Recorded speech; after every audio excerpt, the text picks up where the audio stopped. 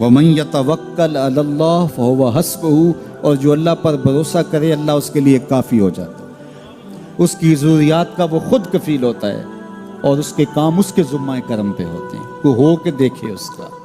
تو جو اللہ سے ڈرے اللہ اس کے لیے راستے بناتا ہے۔ حضرت عوف بن مالک رضی اللہ تعالی عنہ الاشجعی حضور کی خدمت میں حاضر ہوئے اور عرض گزار ہوئے کہ میرا بیٹا سالم مشرکین کی قید میں ہے اور میں فاقوں کی حالت میں ہوں۔ تو فرمایا آل محمد کے پاس ایک سیر جو ہیں، بس اس کے علاوہ ہمارے پاس بھی کھانے کے لیے دنیاوی اسباب نہیں ہیں۔ کہا صبر کرو اور اللہ سے ڈرو اور لا حول ولا قوت الا باللہ کثرت کے ساتھ پڑھو۔ یہ ایسا وظیفہ ہے، ایک حدیث پاک میں آتا ہے کہ یہ 99 بیماریوں کا علاج ہے، اس میں سب سے کم درجے کی بیماری ہم اور غم ہے۔ یہ دکھوں کا مداوع ہے، مشکلات کا علاج ہے، اور یہ وظیفہ میرے حضور نے بتایا۔ حضرت ابو ذر غفاری رضی اللہ تعالیٰ عنہ کو حضور نے 5 چیزیں بتائی تھی، ان میں سے 5ویں چیز یہ تھی کہ ابو ذر کثرت کے ساتھ لا حول ولا قوت الا باللہ پڑھا کرو۔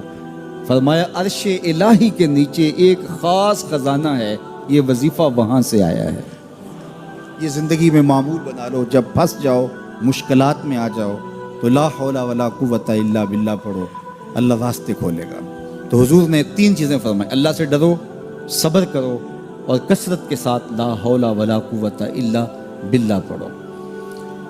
وہ فرماتے ہیں کہ میں یہ عمل شروع کیا، ابھی گھر میں بیٹھا ہی تھا کہ دروازے پہ دستک ہوئی، تو میں اٹھا کہ دروازہ کھولوں دیکھوں کہ کون ہے۔ تو دروازہ کھولا، دیکھا میرا بیٹا کھڑا ہے اور اس کے پیچھے 100 اونٹ کھڑے ہیں۔ تو میں نے کہا کہ تم اور یہ اونٹ؟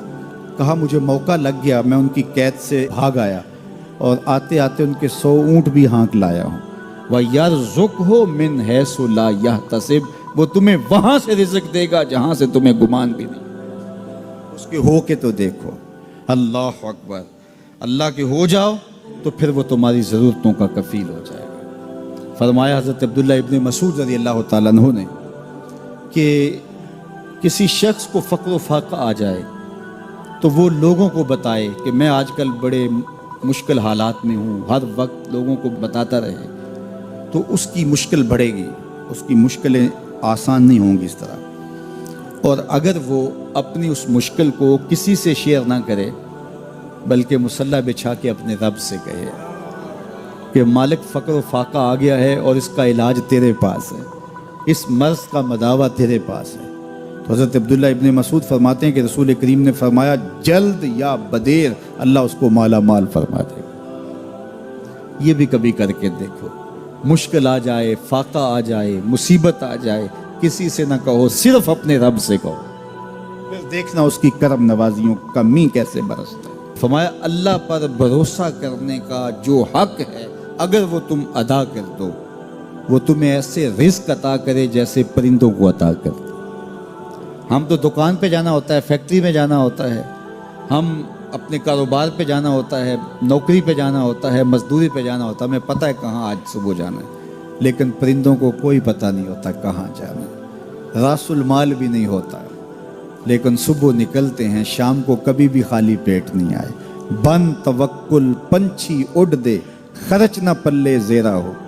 گھر سے خالی پیٹ نکلتے ہیں، جب واپس آتے ہیں تو پیٹ بھرے ہوئے ہوتے ہیں، اور پھر جو ان کی ضرورت ہوتی ہے اللہ وہ ساری ضرورتیں پوری کرتا ہے، جو ضرورت ان کی ہوتی ہے۔ یہ شیر کتنا گوشت کھاتا ہے اللہ روز اسے دیتا ہے۔ یہ ہنس روزانہ سچے موتی کھاتے ہیں، اور آپ مارکیٹ میں لینے جائیں لاکھوں روپے لگا کے تولے ماشے کے حساب سے آپ خریدتے ہیں، پھر بھی آپ کو یقین نہیں ہوتا کہ یہ سچے ہیں یا 2 نمبر ہیں۔ اور ہنس دنیا پہ کروڑوں جانور پائے جاتے ہیں، روز کھاتے ہیں، صبح بھی، شام بھی، دوپہر بھی، پیٹ بھر کے کھاتے ہیں، اللہ روز انہیں عطا کر۔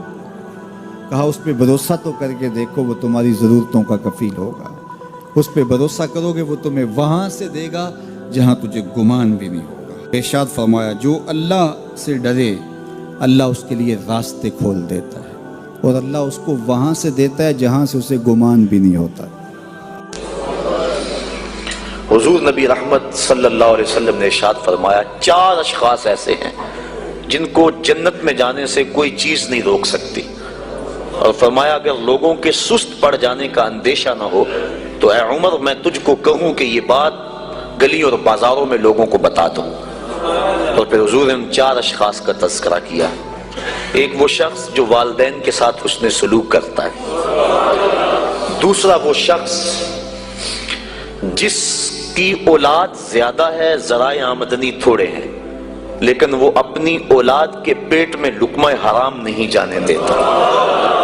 جب ذرائع آمدنی زیادہ ہوں اور پھر حرام سے بچنا یہ بھی بہت بڑی سعادت ہے، لیکن جب ذرائع آمدنی بھی تھوڑے ہوں اور اولاد بھی زیادہ ہو تو پھر حرام سے بچنا یہ بڑا مشکل اور آزمائش کا مرحلہ ہوتا ہے۔ تو جو اس موقع میں رزق حرام سے بچا، قیامت کے دن حضور کے فرمان کے مطابق جنت میں جانے سے اسے کوئی شے نہیں روک سکتا۔ اور ہم صحابہ کی زندگیاں دیکھتے ہیں، فجر کی نماز ہوتی ہے، ایک صحابی جلدی سے اٹھ کے چلے جاتے ہیں۔ ایک دن آقا کریم نے پوچھا کہ ابو درداء کیا بات ہے؟ تو حضرت ابو درداء نے عرض کی حضور آپ جانتے ہیں آج کل مدینے میں کھجوریں پکنے کا موسم ہے اور سحری کے وقت ٹھنڈی ہوائیں مدینے کی سرزمین کو سلام کرنے بھی آتی۔ میرے ہمسائے کے صحن میں ایک اونچا لمبا درخت ہے کھجور کا جس کا جھکاؤ میرے گھر کی سمت ہے، اور جب ہوا چلتی ہے تو اس سے کھجوریں ٹوٹ کے میرے ویڑے میں گر پڑتی ہیں۔ میں جلدی جلدی اس لیے چلا جاتا ہوں کہ بچوں کے اٹھنے سے قبل وہ کھجوریں اٹھا کے ان کے گھر میں پھینک دو، کہیں ایسا نہ ہو کہ میرا بچہ کوئی کھجور اٹھا کے اپنے منہ میں ڈال لے۔ یہ صحابہ کا مزاج۔ اور ہماری سڑک سے گنے کی ٹرالی گزر کر تو دیکھیں، ہم بچے کو شاباش دیتے ہیں کہ بڑا دلیر نکلا ہے۔ جس کو آج آپ حوصلہ افزائی کر رہے ہیں کل بڑا ہو کے ڈاکو بنے گا، کل بڑا ہو کے راہزن اور لٹیرا بنے گا۔ اولاد کی تربیت کے باب میں یہ بات ہے کہ اگر وہ گناہ کا ارتکاب بچپن میں بھی کرتے ہیں تو ان کی وہاں حوصلہ شکنی کی جائے تاکہ ان کے دل میں گناہ سے نفرت پیدا ہو جائے۔ تو حضرت ابو درداء نے عرض کی حضور میں اس لیے جلدی چلا جاتا ہوں کہ ہمسائے کے گھر سے جو کھجور کا درخت ہماری سمت جھکا ہوا ہے اس کی کھجوریں جو گرتی ہیں میں ان کو اٹھا کے ان کے صحن میں پھینک دوں تاکہ کہ میرا بچہ وہ کھجور اپنے اندر نہ لے لے۔ اور آپ جانتے ہیں کہ حضرت امام حسین رضی اللہ تعالیٰ عنہ مسجد نبوی میں آئے، صدقے کی کھجوروں کا ڈھیر لگا ہوا تھا، بچے تھے، ایک کھجور اٹھا کے انہوں نے اپنے منہ میں ڈال لی۔